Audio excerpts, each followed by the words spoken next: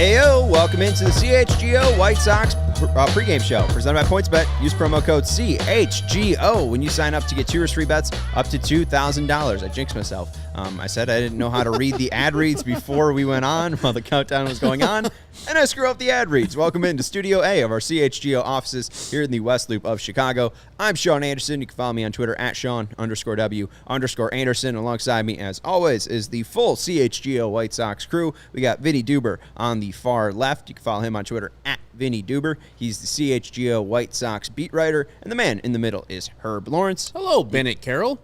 Hello, Bennett Carroll. Cute, very grammar school picture that you have there. You can follow Herb on Twitter at Ecknerall23. He's the CHGO White Sox community leader. We are here to preview the White Sox versus Royals. We are here after the White Sox and Royals split the doubleheader yesterday. It's Kris Bubic versus Johnny Cueto. How you guys doing today? I'm doing awesome. The White Sox won last night, split a doubleheader. They got 2 good quality pitchers going for the next 2 games versus the Royals. I'm feeling good about the White Sox chances, and then the game will be played later on. We'll see. Were you doing more of exploring Chicago, Vinny? You're talking about. It's funny you ask. I did, as a matter of fact. I had a feeling. Me and the wife had a very romantic date at the International Museum of Surgical Science today. Oh, I didn't know that was in Chicago. So it's like one of those, like, if you look up like, oh, the weirdest things to do in your city kind of thing. It's on there, and my wife likes the quirky attractions and whatnot. So that she made my Christmas gift from her, actually, back in Christmas, was she made a jar with a bunch of slips of stuff to do in it. And so this was a pick from that, and it was not the one I expected to come out first, but that was the one. And so we went there. Actually, very interesting. It's in a beautiful building, like what side? An old mansion. It's right on Lakeshore, right in the Gold Coast, right south of Lincoln Park. It's right on Lakeshore. It's in a beautiful building. It's weird. It's got a bunch of old, surgical equipment and, some creepy stuff. If you're upset by the very notion of kidney stones, there's a certain room you should stay out of completely, but some funny stuff. A room dedicated to kidney stones? No, they have a room dedicated to something, and there's a display of kidney stones in it. And fun. So I won't bore with further details, but it was interesting. It was a fun, very unusual, unique way to spend the day. Question: do you pick it that day and it's like, let's do it, or do you pick it like a week before? It's like, we're gonna do the. No, it's day of. Oh, that's the idea. Yeah, that's great adventure. Yeah. That's awesome. Did you guys do kayaking that day, like day of too, or was that? No, that was different. So this was actually. I know I said it was the Christmas present, but we've been so busy with the marriage and all that this is the first one we've done. So this was the first day of that today. So expensive to get in that place? It was under $20 a person. Huh. Yeah, I did. The girlfriend and I, when we went down to New Orleans, we did. It was, I think, like the history of medicine, basically. So I saw a ton of weird surgical stuff there, and that was a fun vibe. That was cool. There was a lot of weird there you stuff. go. Now you've got something to do on your Chicago checklist as well. Medicine was real wacky back in the day. It was less wacky and more so just wrong. Yes. Yeah. Wacky was a nice way to put it. Yeah. They were doing their best back in the day. I feel like they could have done better. They probably could have. But anyways, that's a nice little fact there. Thanks, Vinny, for sharing that. We are going to preview the White Sox and Royals today. 56 and 54 White Sox facing off versus the 54 and 66 Kansas City Royals. Tim Anderson, again, he hit the IL yesterday. Leonys Sosa going to be making his debut here at shortstop, batting 9th today. What are you guys' thoughts on Leonys making the debut at shortstop? And just jump right in. Well, I'll just say this. I think everybody is kind of, looked at what Leonys Sosa was called up to do before TA got hurt, right? And it was like, all right, he's here to be the backup infielder in case something else goes awry. And I think that's what Tony La Russa and the White Sox were expecting him to do, and they were expecting him to be here for a couple days, and that was it. Well, oops, Tim Anderson gets hurt in a very bad way, and now he's here. And I'm kind of thinking back to the way Tony La Russa thought about Yermin Mercedes last season, at the beginning of last season, because Yermin Mercedes was not supposed to make the team. And once he did make the team, he was not supposed to have a featured role. He was there because he hit well in spring training, and he was there because, maybe you bring him off the bench every once in a while and he'll hit a home run kind of thing. And then... Well, and Eloy's injury opened up a DH spot. Exactly, Eloy's injury, right. So he hit so well that Tony could not take him out of the lineup because Tony knew that they needed a spark. Aloy was hurt. They needed somebody to fill in there, and it ended up being Yermin Mercedes. And as much as everybody wants to make a big deal out of Tony's comments about the home run that he hit in Minnesota, Yermin Mercedes' end with the White Sox very much corresponded with his offensive numbers falling off a cliff. Right. So, Tony, I think I saw him say it today through a tweet from Daryl Van Schouwen, who's down there in Kansas City covering the team.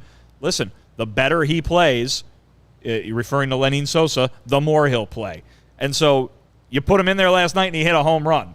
And so I think that earns him a spot today, and I think that's going to earn him a spot going forward if he can keep doing that. If he doesn't keep doing that, if he, kind of stumbles a bit against big league pitching, you're going to see Larry Garcia back in there because for better or worse, he's at least an experienced major leaguer. Leonys Sosa, I think, is going to get that shot, and I think we can compare Tony's thinking on him to the way Tony thought about Yermin in the first few months of last season. Absolutely, because he played the hot hand. Like, right. Yermin played a ton throughout April, and it was the fact that he didn't hit a homer in his last 23 games in a White Sox uniform that forced him to be sent back down to Charlotte and then retire and then unretire and then, bounce around. But, yeah, I think that's an interesting point right there because if Leonys Sosa comes up and, again, has another day today where in the ninth hole, the second leadoff spot, if he comes out and has 3 hard hits again, I don't think Tony's going to take him out of the lineup. He's looking for somebody to hit.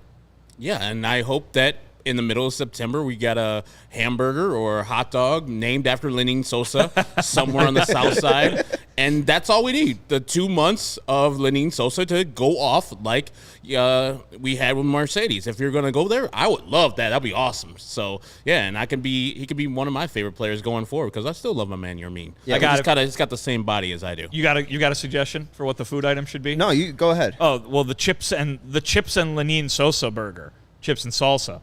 Chips and Sosa. The chips and Sosa burger. Plus, I'm always a fan of chips. I'm always a fan of chips on a sandwich or burger or anything like that. I'm not against it. I mean, Yermin was so easy, though, because there was, like, Yerminator. So then you obviously had just all the, Terminator stuff, right? And then, they just made a massive burger because he was a massive person. Correct. So, like, Leonys Sosa, like, I immediately thought Vladimir Lenin, John Lennon, and then you thought chips and salsa. Well, yeah. Well, John Lennon doesn't really have a food item that goes with it. I mean, I don't know what any of you. Like, I mean, it's right there. We got Sammy Sosa. Come on now. What's a food item? I don't know. Like Oscar Mayer hot dogs. What are you saying? That song. Hot dogs or Armour hot dogs. Armour hot dogs. The hot dog kids love to buy. You remember that song? I don't remember. I know the song. I don't remember Sammy Sosa's. I love Armour hot dogs. It's so great. Sammy Sosa singing the Armour hot dog song is one of the best things of all time. Wow. Sammy Sosa here, and I love Armour hot dogs so much. I'm gonna sing about it. Hot dogs, Armour hot dogs. So, wow. So He starts Sosa speaking dog? Spanish. Yeah, he starts speaking Spanish. Well, a and la niño. For Leonys Sosa, it'd be more appropriate because they play in Armour Square. That's true. Boom. There you go. Know your hot dog history, folks. And know your 35th in Shields history as well. We'll figure out something for Leonys Sosa. I mean, if he doesn't hit, we don't need to figure anything out. No. Why waste the brain power? Well, Let him hit. that's what ended Let up him happening prove with that Yermin Mercedes, though, wasn't it? But hey, he hit, and he hit the longest home run in Guaranteed Rate Park history. And that burger was pretty decent. He made too. some memories. Yeah, we Chris Tannehill went out and got one for us, and we ate it at the studio back in the day. It was pretty tasty for the limited time I was there. What, Jimmy's, I believe, made a Yerminator burger. It's pretty delicious. And I'm with Vinny. I like chips on a burger or a sandwich, something to break up the softness, the little crunch in there. I don't mind fries on a burger either. Too like Earlier this summer, I had Ruffles and French onion dip on a burger. It was amazing. You had what? You just Ruffles did and that by French yourself? onion? No, at a bar. Okay. That's really great.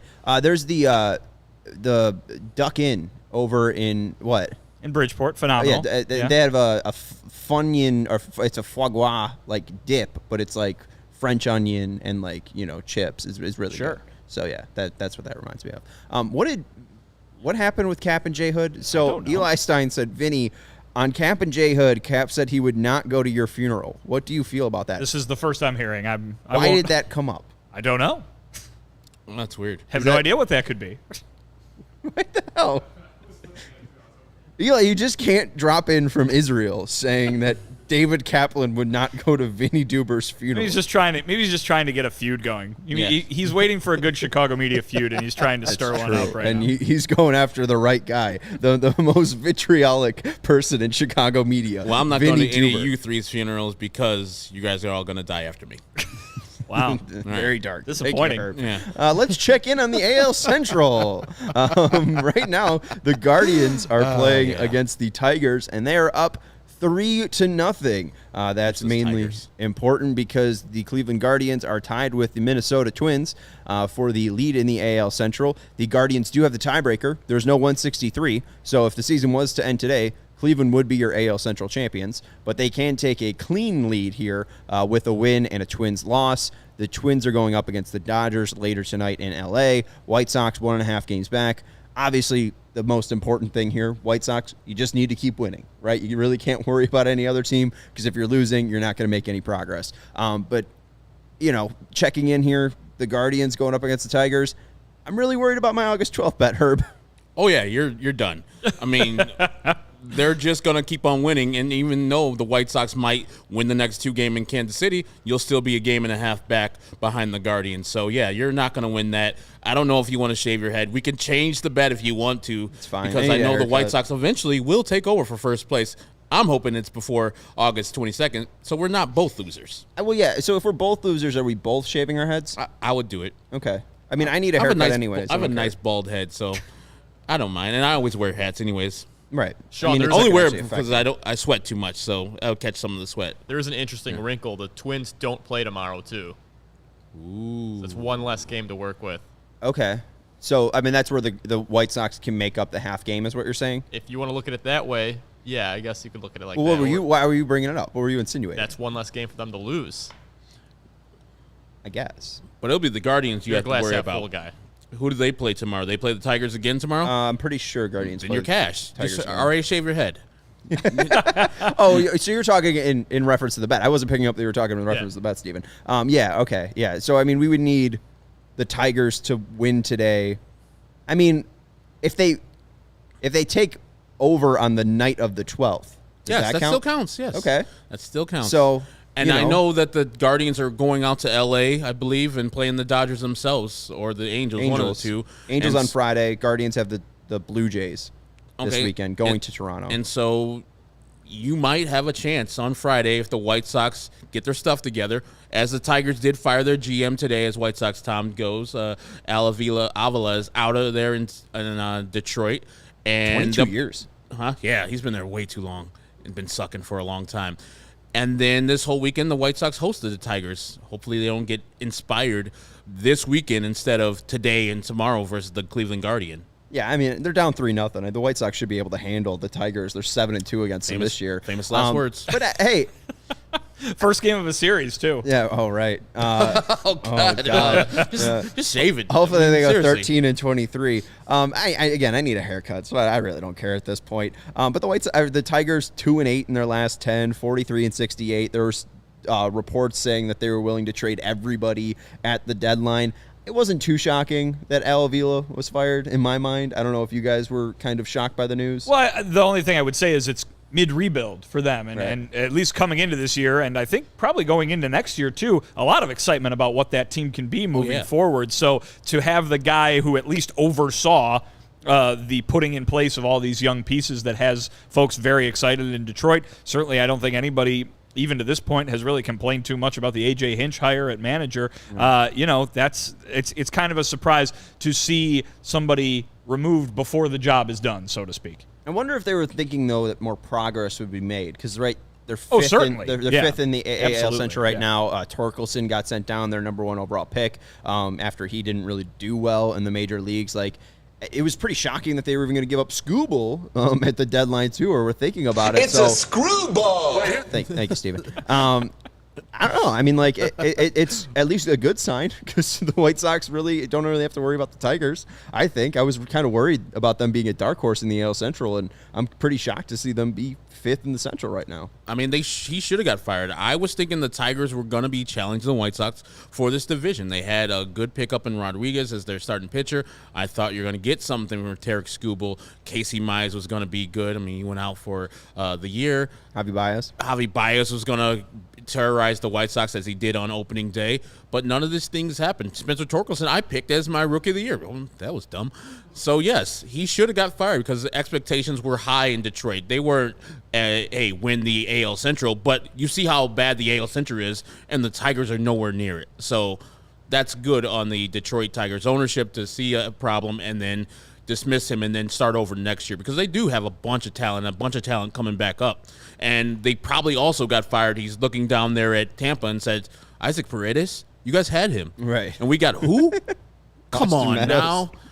now. Get out of here. Yeah. You're fired. And I'll say this, too. You're probably going to see if the Tigers do manage to take off in any regard over the next few years, probably going to see a lot of, like,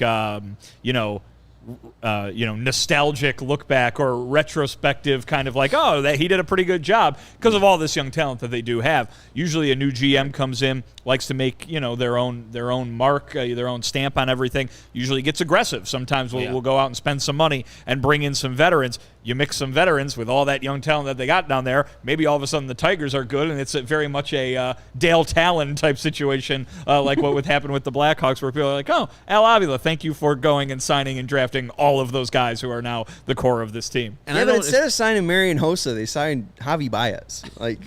And I know it's not his thing. I don't think he signed all the guys or drafted all the guys like Scherzer, Porcello, Justin Verlander, but I was just looking at a picture of all those starting pitchers they had, and I was like, God damn, they had a whip. They had a couple Cy Young, three Cy Young Award winners on their staff. And two first ballot Hall of Famers. Yeah, well, get off of my team. Plus the third one in Miguel Cabrera. Yeah. And get off my team immediately. And there was 4 Cy Youngs because Porcello won one. Porcello had one. Price had one. Oh, wow. And then Scherzer and Verlander. So, yeah, I mean, they had insane pitching. 3 first ballot Hall of Famers on the same team.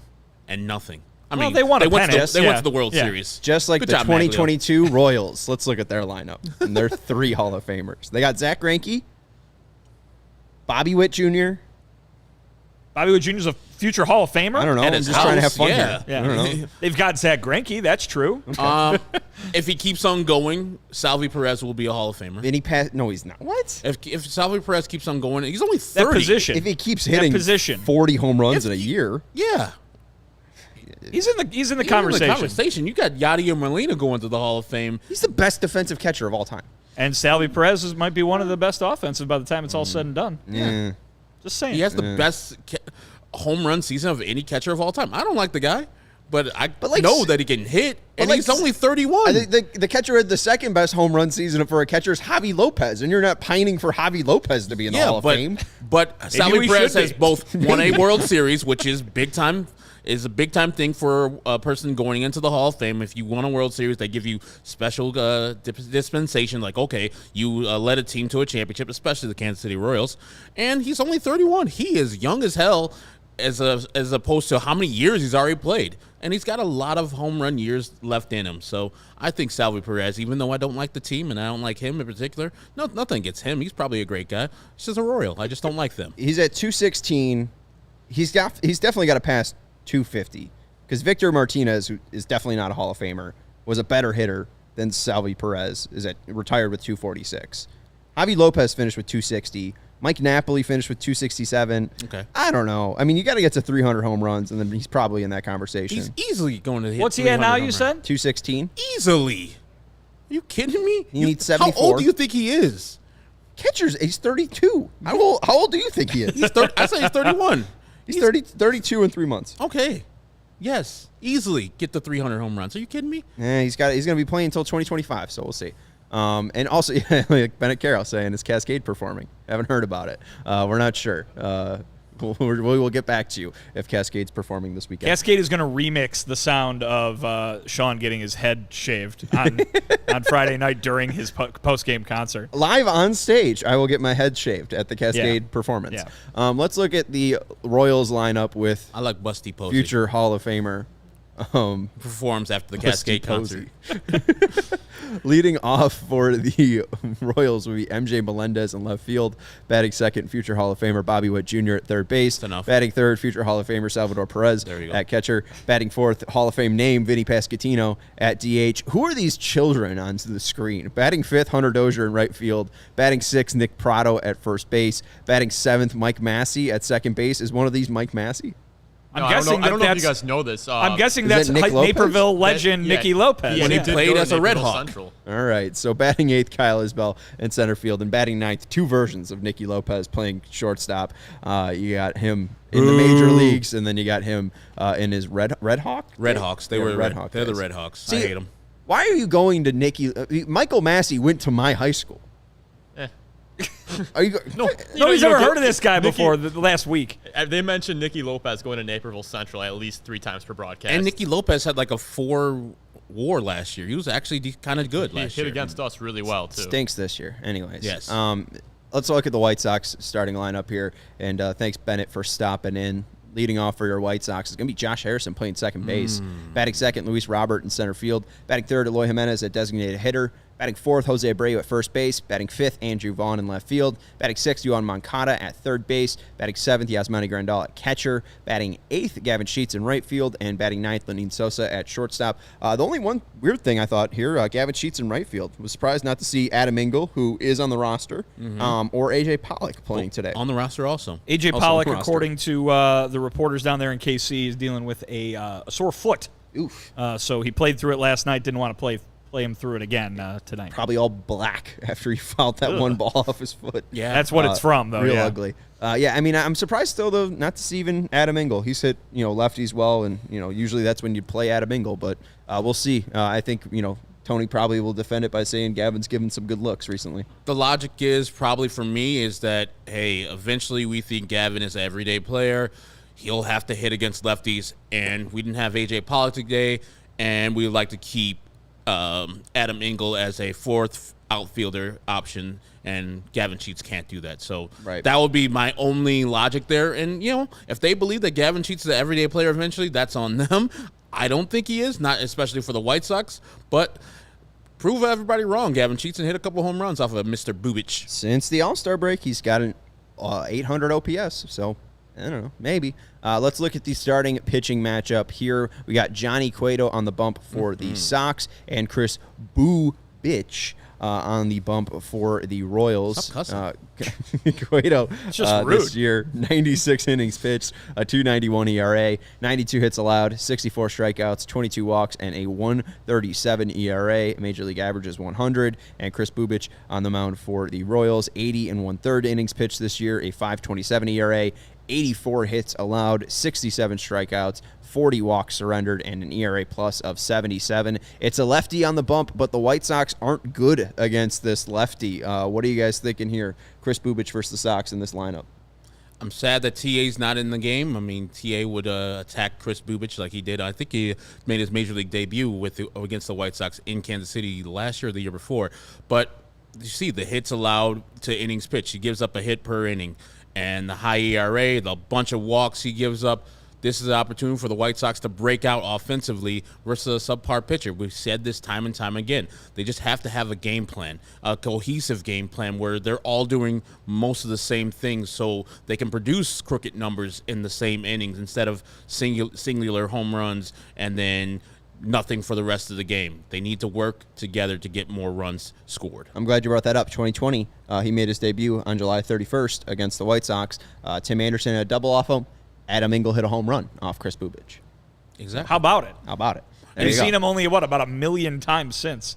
Yeah, well, none of the White Sox actually have hit him. He's a smart kid, too. Let's look at the White Sox career numbers versus Kris Bubic. Jose Abreu in 16 at-bats, 2 hits. He's batting 125 versus Kris Bubic. Jimenez versus Bubich, 0 for 14 versus the left-hander. I guarantee that's changing today. Yohan Moncada. You'd think so. Guarantee. Yeah. Yohan Moncada, 0 for 10. He does have 5 2 walks. Ks. Yeah, not good. Can't see Kris Bubic. Grandal's hit him well. He's got, 2 for 8, not great, but he at least 455 on base percentage, and all of his exit velocities. 2 players have an average exit velocity over 95 versus Bubich. It's Grandal and Vaughn. Vaughn, as you see, he's 3 for 6 lifetime versus Bubich, but even Robert 0 for 7. So not a lot of success in the lineup today for the White Sox. Just looking at that, kind of surprised no Adam Engel in the lineup. You're really shocked. You're beating the drum. I am. Adam Engel's agent over here, everybody in the pink. But, yeah, I mean, listen, they've only seen this guy 800 times. They should be able to figure him out by now. As you mentioned, he's not, Herb, as you mentioned, he's not a world beater out there by any stretch. Obviously, we've seen enough White Sox baseball and enough White Sox baseball against the Kansas City Royals to know that you kind of got to throw the numbers out the window when these two teams get together, because the White Sox just can't seem to figure out the Royals. But this again, we've said it every day this year. We'll say it again. This lineup versus this pitcher. Come on. You'd think that it would be very much in favor of the road team. One of these days it's going to be. Or maybe it won't be. And we'll be talking about this for the next 2 months. But, I think the thing you got to like about this White Sox lineup today is the guy who's not batting, the guy on the mound, Johnny Cueto. What he's been able to do for them every single time out has been, nothing short of terrific, really. I mean, he's not putting up the strikeout numbers like Dylan Cease to get him, into Cy Young conversation or anything like that. But, boy, if there has ever been a definition of a guy who does his job every single time he goes out there, it's been what Johnny Cueto's done for the White Sox this year. So you have him on the mound, you're probably going to have a chance to win. You just need your offense to show up a little bit more than it normally does, and that is going to be a good recipe for the White Sox. In Cueto's 15 games, the White Sox are 7-8. In 8 of those games, they have scored 3 runs or less. So scoring runs will be very, very important for the White Sox because, like you're saying, Johnny Cueto puts them in a position to win. If you're thinking the White Sox are going to win with the left-hander on the bump and Johnny Cueto starting for them, the best way to support CHGO is to download the PointsBet app and use code CHGO when you sign up. If you do that right now, you get 2 risk-free bets up to $2,000. But that's not it. If you make a $50 or more first-time deposit, receive a free CHGO membership, which unlocks all of our web content, and you'll even get a free shirt of your choice from the CHGO locker. That's $2,000 in free bets, a free CHGO membership, and a free t-shirt from the CHGO locker, all for making more than a $50 first-time deposit at PointsBet. If you have any questions, you can email pointsbet@allchgo.com, and we'll help you out. And PointsBet's your home for live in-play betting. If you see an edge in the game you're watching, if the White Sox go down early, if your favorite team's primed for a comeback, don't just watch the game. Bet along with it live. There's more live betting, more live markets, and faster live cash-outs with the PointsBet app. So what are you waiting for? It's time to elevate your live betting game. Download that PointsBet app right now and use promo code CHGO when you sign up. And once the game starts, don't just bet. Live your bet life with PointsBet. If you or somebody you know has a gambling problem and wants help, call 1-800-GAMBLER for crisis counseling and referral services. It is time for the clicks to pick and our predictions. We'll start with Vinny, go to Herb, and then go to me. Vinny, what is your click today to pick? I'm not sure that if I were managing the White Sox, I would be going with Josh Harrison as the leadoff man,